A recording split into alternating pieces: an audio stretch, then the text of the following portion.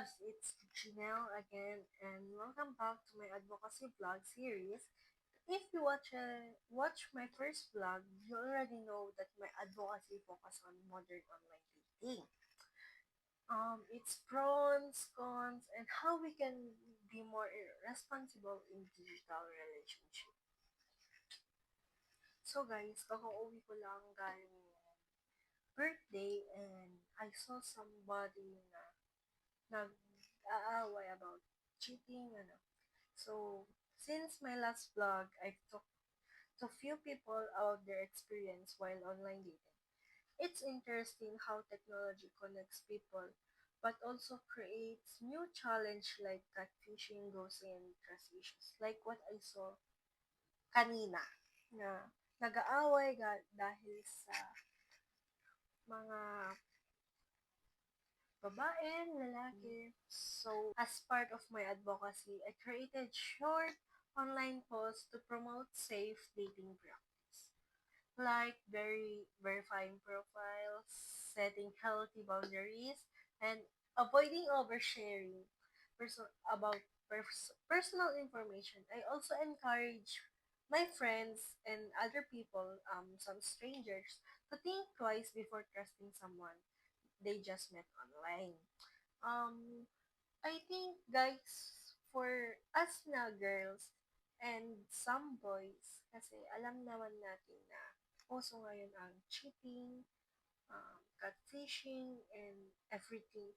Kaya, kailangan natin magdubli ingat para hindi tayo masasaktan, para alam natin gagawin natin eh, if ito ay peke man o hindi. Kaya, guys, precaution lang. Ang natutunan ko this past few weeks, about our advocacy, and sa mga research ko and conversation, I learned that online dating isn't totally bad. It is how we use is that matters. It can lead to real love stories, but it can also cause of emotional pain if you use carelessly. Awareness and caution are the key, nasabi nga nila. And one of my friend, sabi niya, pag mahal mo, andyan yung nasasaktan ka, andyan yung siguro hindi ka nasasaktan dahil sa kanila. So, we need to learn about our past na love. So, social media. Social media can be a powerful tool to spread awareness about safe online dating. We can use it to share real stories, advice, and reminders about self-worth. On digital safety, a simple post can already help someone think twice before engaging with strangers online. Yeah?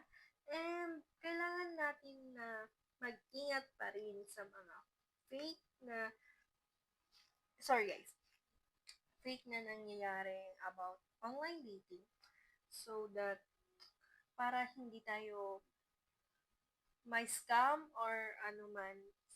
Kaya,